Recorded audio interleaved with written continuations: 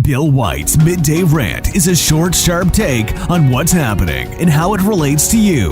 Agree or disagree? Listen to middayrant.com today. You may have noticed, but June is the month during which all the major companies, obviously social media giants like Google, Twitter, government agencies, and the like, have scheduled to bombard you with their campaign to normalize behavior that is antithetical to the Torah, and for that matter, every idolatry practiced by billions of people, in fact, a considerable majority of the worldwide population. Let's get the disclaimer out of the way.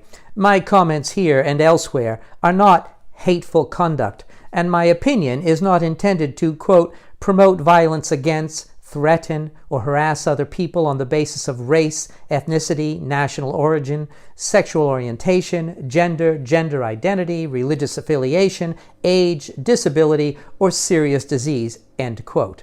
On the contrary, this month-long deluge of behavior that is antithetical to the Torah is targeting religious affiliation and should be prevented by the companies who claim to police the internet.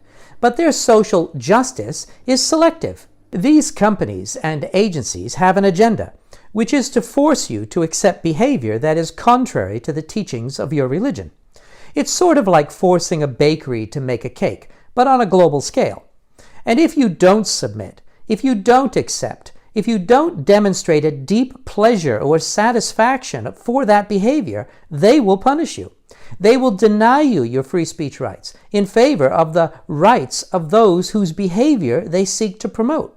Today, Twitter suspended my personal account for 12 hours because of my reply to an offending tweet by Elad Strohmeyer that included the Foreign Ministry of Israel, in which I asked a simple question. I asked, quote, "Is there no bottom to this?" End quote. And I'm leaving out one 5-letter word from that question, a 5-letter word which is not recognized by anyone anywhere as being obscene, but a 5-letter word that Twitter claims turned my simple question into hateful conduct. To confirm, there was no threat. There was no individual person targeted by my tweet. It would be like asking the question, is there no bottom to the left's lying? Go ahead, run through your own list of 5-letter words, and you decide. But I have another question. Why is Twitter, Google, and all the promoters of this behavior entitled to ignore my faith?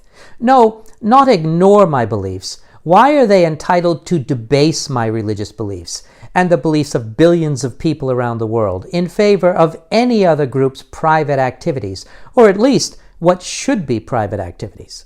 To be clear, I don't care what anyone does in the privacy of their consensual relationships with other people. The personal challenge and test these people are living will be judged by God, whether or not they believe in God. It's not for me to decide. But if you're Jewish and you're encouraging other Jews to violate Halakha or Jewish law, then it is my obligation to point that out.